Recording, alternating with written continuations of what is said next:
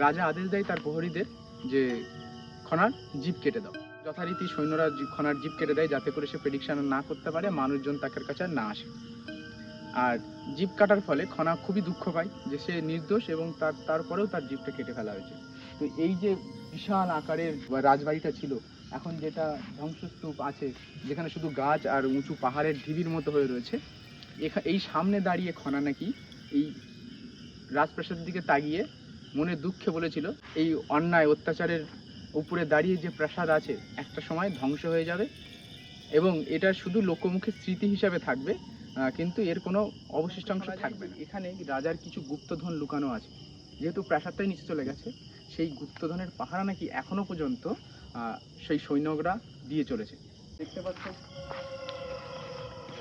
এই রাতে তোমাদের জন্য ঘটনা কানেক্ট করতে আমরা দুজন ব্যক্তি এসেছি। আমার পেছনে আছে রাজা ক্যামেরার পেছনে, তো ভিডিও করছে। আর এই বর্তমানে এই জায়গায় কোনো লোক নেই, এখন রাত হয়তো 9টা বা 9:30 বাজবে। আর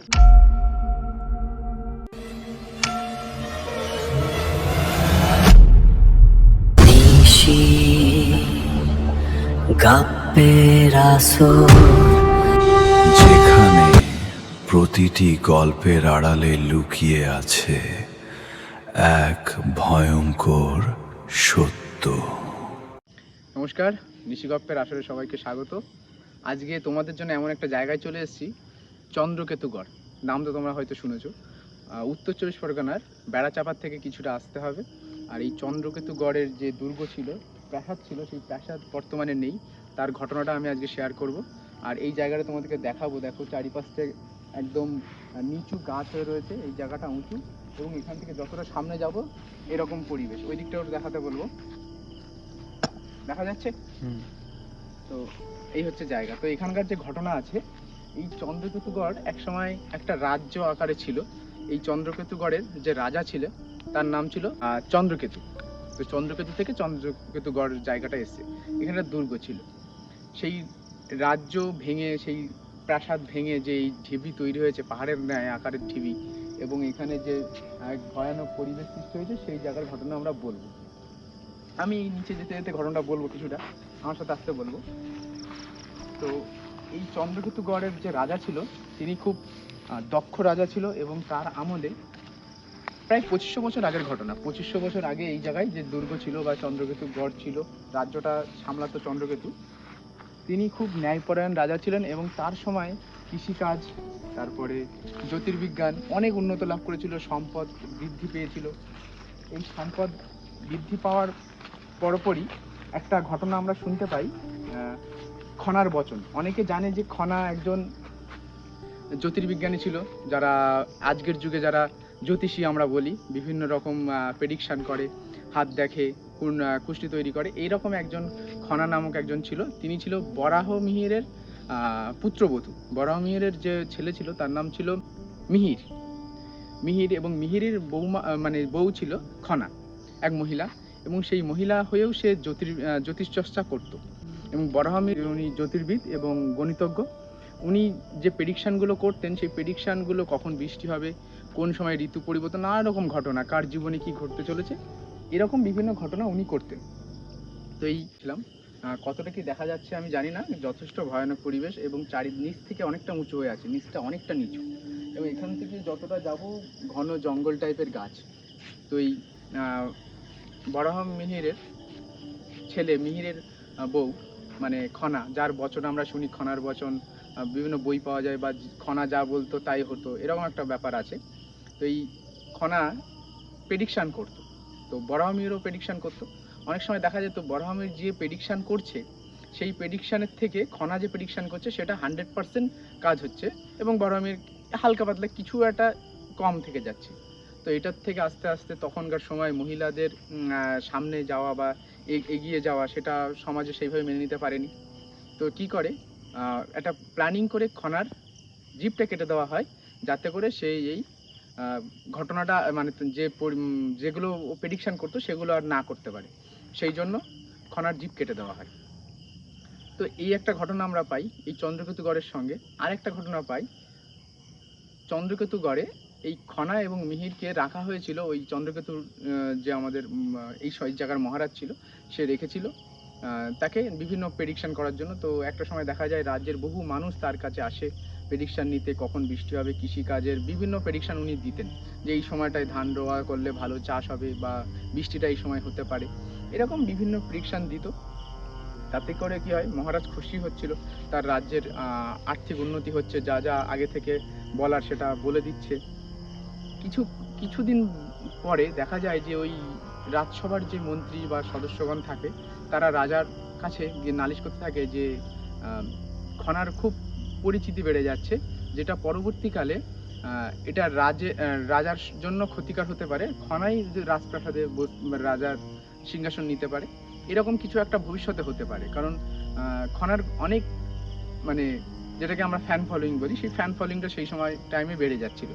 দেশ বিদেশ থেকে বহু মানুষ আসছে খনার কাছে খনাকে দেখার জন্য এবং তার কাছ থেকে প্রেডিকশন নেওয়ার জন্য।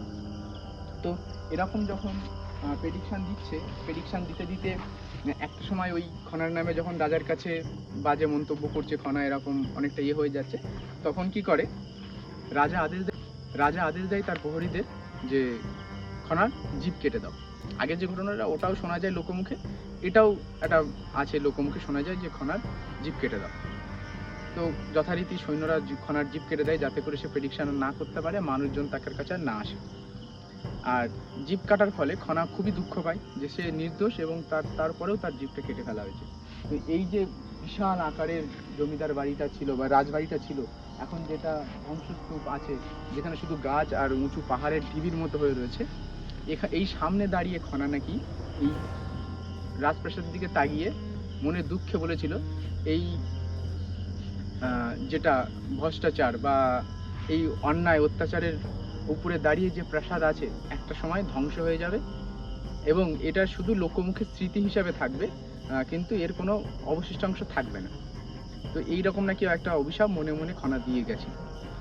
তার ফলস্বরূপ বেশ কিছুদিন, অল্প দিনের মধ্যেই এই রাজপ্রাসাদ একটা ভূমিকম্পে নাকি মাটির নিচে চলে যায় এবং যেটা লোকমুখে কথা, সেটার অবশিষ্ট অংশ আমরা দেখতে পাচ্ছি, যেখানে কোনো চিহ্নই নেই, শুধু পাহাড়ের আকারে রয়েছে এবং বড় বড় গাছ, জঙ্গল, বন টাইপের হয়ে আছে। এটাই সেই চন্দ্রকেতু গড়, যেখানে দুর্গটা ছিল এবং সেই রাজ্য আস্তে আস্তে ধ্বংস হয়ে যায়, মানুষ এখানে থাকে না। নদীমুখ, তারপরে বিভিন্ন প্রত্নতাত্ত্বিক ক্ষেত্র থেকে লোক আসে। বহু বছর আগের ঘটনা, 2300 বা 2500 বছর আগের ঘটনা। আমরা জানি বরাহমিহির আর্যভট্টের সময়ের তখনকার উনি ব্যক্তি, তো সেই সময়কার ঘটনা 2500 বছর আগের। তো সেখানে থেকে এখন বর্তমানে বিভিন্ন প্রত্নতাত্ত্বিক ক্ষেত্র থেকে এই জায়গাটাকে খনন করে, আরেকটা সাইট আছে ওখানে খনন করে পাওয়া গেছে সেই যুগের জিনিসপত্র পাওয়া গেছে, সেটা পরীক্ষা করে দেখা গেছে 2500 বছর আগের ঘটনা। আর এখানেও নাকি এখনো পর্যন্ত মানুষদের মুখে কথা আছে যে এখানে বিশেষ কিছু আলো বা ঘোড়ার পায়ের শব্দ শোনা যায়। এবার এখানে তো এই অঞ্চলে ঘোড়া নেই, ঘোড়ার পায়ের শব্দ কী করে শোনা যাবে?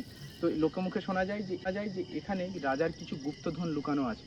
যেহেতু প্রাসাদটাই নিচে চলে গেছে, সেই গুপ্তধনের পাহারা নাকি এখনো পর্যন্ত সেই সৈন্যরা দিয়ে চলেছে। এবং কিছু কিছু মানুষ দেখে, এখানে বিভিন্ন মানুষ সন্ধ্যের দিকে আসে, বা যারা কিছু মানুষ এখানে ফাঁকা জায়গা দেখে নেশা টেশা করতে আসে, তো তাদের মুখে শোনা যে তারা নাকি এখানে সাদা শাড়ি পরা কোনো মহিলা মূর্তিকে দেখতে পায়, কখনো কখনো ফিসফিসের আওয়াজ পায়। তো এরকম ঘটনা এই চন্দ্রকেতু গড় সম্পর্কে আছে। আর এই বহু পুরনো এই গাছগুলো আমি দেখাতে বলবো, আরেকটু আমার সঙ্গে আসতে বলবো, সামনের দিকটা কেমন দেখতে পরিবেশটা। আমি অন্ধকারে কতটা কি দেখা যাচ্ছে আমি বুঝতে পারছি না, কিন্তু যদি কেউ এমনি সময় এসে দেখে তো একটা ভয়ানক পরিবেশ হবে রাতের মধ্যে। তো এই হচ্ছে এই চন্দ্রকেতুগড়ের ঘটনা। কিন্তু বৈজ্ঞানিক মতে যেটা বলা হয়েছে, বৈজ্ঞানিক মতটাও আমরা বলে দিই। বৈজ্ঞানিক মতে বলা হয়েছে যে এই চন্দ্রকেতুগড় বা রাজ্যটা যে ধ্বংস হয়েছিল, তার প্রধান কারণ যেগুলো বলা হয়েছে, ভূমিকম্প তো আছেই এবং নদীর মুখ পরিবর্তন। এখানে একটা সময় বিশাল বড় নদী ছিল, গঙ্গা নদী, এবং এটা বাণিজ্য হতো, বিদেশিদের সঙ্গে যথারীতি বাণিজ্য হতো, ইউরোপীয়দের সঙ্গে বাণিজ্য হতো। ও সেই সময়ের শিয়াল ডাকছে শোনা যাচ্ছে, তো শিয়াল এখানে ডাকছে চারিদিক থেকে। আর এরকম একটা জায়গা, নিচেটা দেখাতে বলবো কতটা নিচে নামতে হবে। প্রায় একতলা বাড়ির ছাদ যতটা উঁচু হবে ততটা উঁচুতে আমরা দাঁড়িয়ে আছি, আর নিচে নামলে অনেকটা নিচে নামতে হবে নিচে। তো এখান থেকে বড় বড় গাছ। তো যাই হোক, যেটা বলছিলাম, ওই নদীর মুখ পরিবর্তন করা, এটা ধ্বংস হয়েছে প্রাকৃতিক যেটা কারণে এই রাজ্য ধ্বংস হয়েছে, এবং বহিঃশত্রুর আক্রমণে রাজ্যের অর্থনীতি ভেঙে পড়ে, আস্তে আস্তে এই প্রাসাদ মিটে যায়। তো এইটা হচ্ছে বৈজ্ঞানিক ব্যাখ্যা, এবং কিছু মানুষ এখনও বিশ্বাস করে যে এই খনার অভিশাপের জন্য আজকে এই প্রাসাদ মাটির নিচে আছে। তো এখানে নাকি খনন করলে এখনও অনেক সোনার কলস, সোনার মুদ্রা, বহু কিছু পাওয়া যাবে। কিন্তু এই খনন কার্য নাকি কেউ ঠিকভাবে করতে পারে না। এই খনন কার্য করতে গেলে কোনো না কিছু বাধা পড়ে, যার জন্য আজ পর্যন্ত কেউ খনন করেনি, আর এইভাবে বন জঙ্গল অবস্থায় আছে। আর একটু এগিয়ে আসতে বলবো। তো তোমরা দেখতে পাচ্ছ এই রাতে তোমাদের জন্য ঘটনা কানেক্ট করতে আমরা দুজন ব্যক্তি এসেছি। আমার পেছনে আছে রাজা, ক্যামেরার পেছনে, তো ও ভিডিও করছে। আর এই বর্তমানে এই জায়গায় কোনো লোক নেই, এখন রাত হয়তো 9টা বা 9:30 বাজবে। আর এই জায়গার যে ঘটনাটা আছে, এখানে নাকি অনেক সময় নুপুরের আওয়াজ, তারপরে ঘোড়ার দৌড়ানোর শব্দ বিভিন্ন রকমভাবে লোকে বলে যে শুনতে পাই। আর না শোনার মতো কোনো কিছু নেই। যেরকম পরিবেশ আমি দেখছি, হয়তো এখানে কিছু না হলেও মন থেকে যে কল্পনা তৈরি হয়, সেই কল্পনা কিছুটা বাস্তবায়ন হতে পারে। তো তোমরা জানাও কেমন লাগছে আমাদের এই ঘটনা, আর আমরা তোমাদের জন্য এরকম নতুন নতুন জায়গা ভিজিট করব। তো এটা ছিল চন্দ্রকেতুগড়। তোমরাও চাইলে আসতে পারো। তোমরা কলকাতা থেকে আসলে 40-45 কিলোমিটার দূরে পড়বে। তোমরা বেড়াচাপায় নেমে বেড়াচাপার থেকে অটো বা টোটো করে তোমরা চলে আসতে পারো চন্দ্রকেতুগড়। তো দুর্গ, এখানে দুর্গটা মেন ছিল। আরেকটা জায়গা আছে, সেখানে প্রত্নতাত্ত্বিক খনন হয়েছে, কিছু প্রাচীন জায়গা মানে জিনিসপত্র পাওয়া গেছে। সেটাও আমাদের এখানে একটা মিউজিয়াম আছে। আমার বাড়ির থেকে এটা প্রায় 40 কিলোমিটার দূরে। তো এই জায়গা তোমরা আসলে দিনে এসো, দিনে এসে দেখে যেও।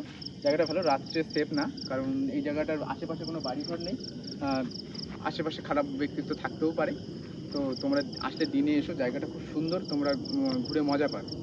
তো এই ছিল চন্দ্রকেতুগড়ের রহস্য বা সম্পর্কে যা ইতিহাস। একটু চন্দ্রকেতুগড়টা একটু ঘুরে দেখা। হ্যাঁ, চন্দ্রকেতুগড়টাকে আমি একটু ঘুরে দেখাবো। তো আসো আমার সঙ্গে, আমি চন্দ্রকেতুগড়টা একটু ঘুরে দেখাই। এখন গড় বলতে এখন কিছুই নেই, এখন দুর্গ তো ছিল সেই সময় নিচু হয়ে গেছে বহু এরিয়া জুড়ে। আমার মনে হচ্ছে যে এটা 2-4 বিঘা 5 বিঘা জমির ওপরে মনে হতে পারে। আর বেশি বেশি বেশি হবে, তার বেশি হবে, আমার কোনো আইডিয়া নেই। অনেকটা বড়, হাঁটলে প্রায় অনেকক্ষণ হাঁটতে হবে। আর যারা এই অঞ্চলে আমার ভিডিও দেখবে তারা হয়তো জানবে। আর এই কোনো তো লাইটের ব্যবস্থা নেই, আর বহু বহু এরিয়া নিয়ে গাছগুলো তো মনে হচ্ছে প্রায় 100-200 বছর পুরনো হবে। এই যে গাছগুলো প্রায় মনে হবে, আমার মনে হচ্ছে 50-60 বছর বা 100 বছরের বয়স হবে। এই গাছগুলো এই আছে, এগুলো কী গাছ বলে আমি জানি না। যথেষ্ট ভয়ানক পরিবেশ। ওখানে কিছু একটা লেখা আছে, রাজা আয় আমি দেখি ওখানে কী লেখা আছে, পড়ার চেষ্টা করব। এই যে আমাদের বাইকে করে আমরা এসেছিলাম। সাবধানে নামি।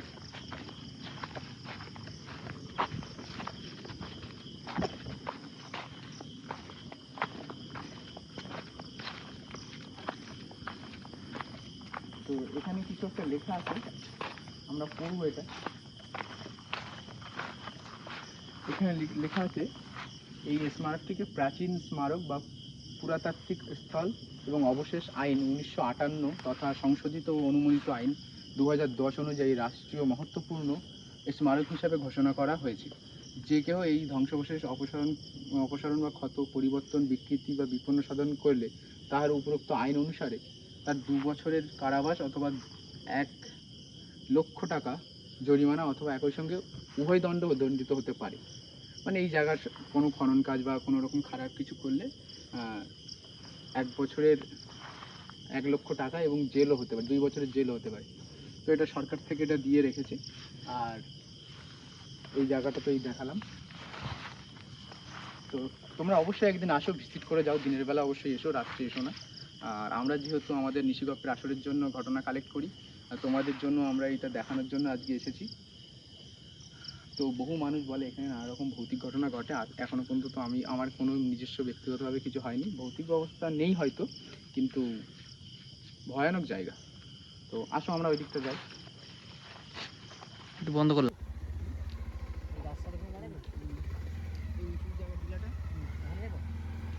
তো চন্দ্রকেতুগড়ের যে জায়গাটা তোমাদেরকে অনেকটা ঘুরিয়ে দেখিয়েছি, এখন আমি একটা বহু পুরনো গাছের উপরে দাঁড়িয়ে আছি। তো এই জায়গায় আরেকটা কথা শোনা যায়, যে ঘটনাটা লোকে বলে এই প্রাসাদ বা রাজবাড়ি নিয়ে যে ঘটনাটা, আমি তো আগে একটা বললাম মিহির বা খনার নিয়ে যে ঘটনাটা, আরেকটা বললাম হচ্ছে প্রাকৃতিক দুর্যোগ। আরেকটা শোনা যায় যে রাজার যেহেতু খুব ক্ষমতাবান ছিল, রাজার কিছু ঐশ্বরিক শক্তি ছিল 2-3 রকমের। তো রাজা খুব ন্যায়পরায়ণ ছিল এবং শক্তিশালীও ছিল। তার রাজ্য সেই সময় তার আমলে এত উন্নতি করছে এবং সেই দেখে বাইরের বিভিন্ন শত্রুরা সেই এই রাজ্যকে আক্রমণ করে এবং এই দুর্গকে আক্রমণ ঘিরে ফেলে। তো রাজা যখন যুদ্ধে যাওয়ার আগে পুজো দিয়ে এবং নিজের রানীকে বলে যায়, মানে এই অঞ্চলের লোকের মুখের কাছে শুনেছি, উনি বলে যায় যদি আমি যুদ্ধে জিতে যাই তাহলে তো আমার রাজপ্রাসাদ বা রাজ্য থাকলো, আর যদি আমি হেরে যাই তাহলে তৎক্ষণাৎ আমার রাজ্য সমেত এই রাজপ্রাসাদ জন্য মাটির নিচে চলে যায়। এরকম একটা উনি বচন দিয়ে সেই যুদ্ধক্ষেত্রে গেছিল। এখান থেকে আমি একটু নামি। তো যথারীতি উনি যুদ্ধে হেরে যায়, অবশ্যই হেরে যায়, না হেরে গেলে তো মাটির নিচে যাবে না। তো উনি যুদ্ধে হেরে যায় এবং ওনার এই যে প্রাসাদ এবং ওনার কষ্টে তৈরি করা এই সম্পদ সব কিছু মাটির তলায় চলে যায়। এই মাটির নিচে এখনো সোনার নৌকা, সোনার কলসি, সোনার মুদ্রা, বিভিন্ন সম্পদ, ধন সম্পদ এখানে রাখা আছে এবং এই সম্পদকে পাহারা দেওয়ার জন্য নাকি এখনো ওনার সৈন্যরা এই রাতে ঘোরা করে ঘুরে বেড়ায় বিভিন্ন রাত, মানে অনেক। দিনের বেলা এখনো বাইরে সিকিউরিটি গার্ড থাকে? দিনে তো সিকিউরিটি গার্ড থাকে, আর রাতে তো সিকিউরিটি গার্ডকে দেখলাম না। না, রাতে থাকে না। রাতে কেউই আসে না, এখানে কেউই আর আসে না। এবার লোকাল কিছু ছেলেপেলে আসতে পারে এবং আমরা যেহেতু এসছি, আমরা দিনের মধ্যে এসছি, তাও বেশি সময়ের জন্য থাকে না এখানে। আমরা দিনের মধ্যে এসে বিকালের মধ্যে এসে ঢুকে এখানে দাঁড়িয়েছিলাম ভেতরে, যাতে আমরা রাত হলে ভিডিওটা করতে পারি, কারণ রাতের বেলা হয়তো ঢোকার সময় কোনো বাধা আসতে পারে। তো সেই জন্য আমরা ঢুকে এটা ভিডিওটা করে নিলাম তোমাদের জন্য। আর তোমাদের যদি ভালো লাগে ঘটনাটা, তোমরা অবশ্যই লাইক করো, কমেন্ট করো, আর ভালো লাগতেই হবে, কারণ এই রাত্রেবেলা আমরা এমন একটা সুন্দর জায়গা তোমাদেরকে দেখালাম। উপরের দিকটা চ। হ্যাঁ, উপরের দিকটা, এই উপরের দিকটা চ। কোন উপরে? এই যে আমার পেছনের দিকটা। তো এই ছিল দুর্গের গঠন বা বৈশিষ্ট্য। দুর্গ সম্বন্ধে আমি বললাম। তো তোমরা জানাও কেমন লাগছে, আর তোমাদের ঘটনা পাঠাও, কোনো জায়গা সম্বন্ধে জানলে সেই জায়গার খোঁজ দাও। আমরা আস্তে আস্তে এই উপরের দিকটা চ, একটু উপরের দিকটা চ। এই উপরে চল না, একটু দেখে আসি। কোন দিকটা? এই উপরের দিকটা। এখানে এখনো পর্যন্ত সোনা গয়না আছে বলে এই যে ব্যানারগুলো দেওয়া রয়েছে না, এই জন্য ওই নোটিশ দেওয়া। এখানে হয়তো প্রাচীন সম্পদ কিছু নিচে পাওয়া যাবে খুললে, তো যার জন্য এই নোটিশগুলো এখনো দিয়ে রেখেছে। বিভিন্ন জায়গায় ওই বড় বড় পোস্টার করে দিয়ে রেখেছে যে কোনো কিছু হলে, খনন কাজ করলে এটাকে ফাইন দিতে হবে বা জেলও হতে পারে। এটা অনেকটা উঁচু কিন্তু জায়গাটা, এর নিচে এখানে প্রাসাদের মেন এই জায়গাটা ছিল। প্রাসাদটা এখানেই ছিল না? মেন জায়গাটা জায়গাটা হয়তো এখানেই ছিল, যে জন্য এটা অনেকটা উঁচু। নিচেটা অনেকটা নিচু, আবার এটা অনেকটা উঁচু। এটাই হতে পারে সেই জায়গাটা, তার জন্য এত সুন্দর জায়গাটা লাগছে, কি বলবো।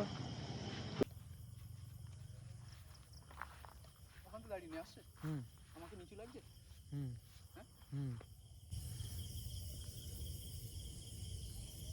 তো এই ছিল ঘটনা। এখানে অনেক সম্পদ এখনো আছে, যে জন্য দেখো এই পোস্টারগুলো এখনো দিয়ে রেখেছে। আর এই পোস্টারে কি লেখা আছে আসো দেখি। আজকে আগেটা পোস্টার দেখলাম, এই পোস্টারে কি লেখা আছে?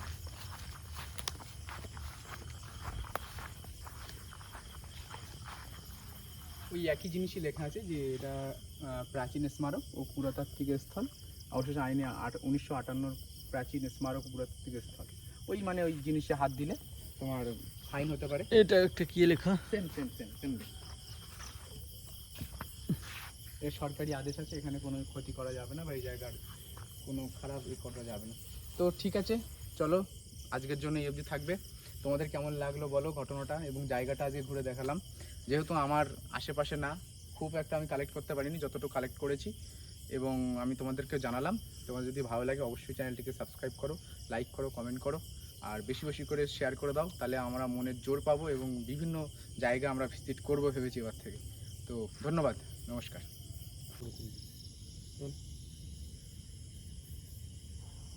কিছু জিনিস এরকম দেখাবো, মানে যেটা গল্পটা বলছিস বলার মধ্যে। চল আস্তে আস্তে জায়গাগুলো একটু দেখা।